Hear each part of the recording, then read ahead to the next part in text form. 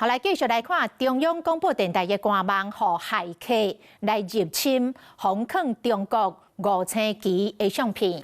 这个检警调查了后，发现主嫌是电台一个姓吴的工程师，讲这个工程师是自导自演，然后引了互媒体甲黄国昌。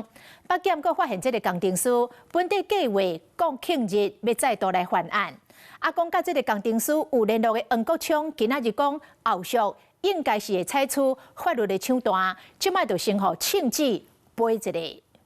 这么严重的官商勾结，还跟诈团联手，政治人物还接受诈欺集团的供养，结果没有弹劾任何机关。这顺炮会邀真美内容讲到政治人物甲强勇这关键字，甲最近加入狗仔海客风波真拄呛。中央广播电台官方网站和海客入侵抗中国5星期的相片。37岁5世电脑工程师认为电脑基础有破空，不过检警专案小组调查发现带头的不是国外海客，怀疑5世工程师家己搬家己演，佮亚康互媒体甲黄国昌。那安尼，北检佮发现5世工程师和家己主管合作，按算伫国庆即天搁再犯案。我就问黄国昌，现在面对国家安全，而这一个渗透者，他来自于央广，你的立场是什么？你的态度是什么？不是像你昨天胡乱的就来做撇清，认为人家编故事。他进央广跟我有什么关系？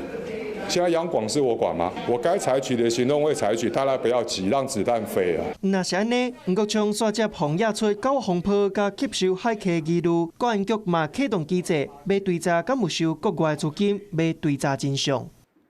Hello， 我是林仙怡，想要抢先掌握最及时的新闻资讯吗？赶快订阅、按赞、开启小铃铛，锁定华视新闻 YouTube 频道。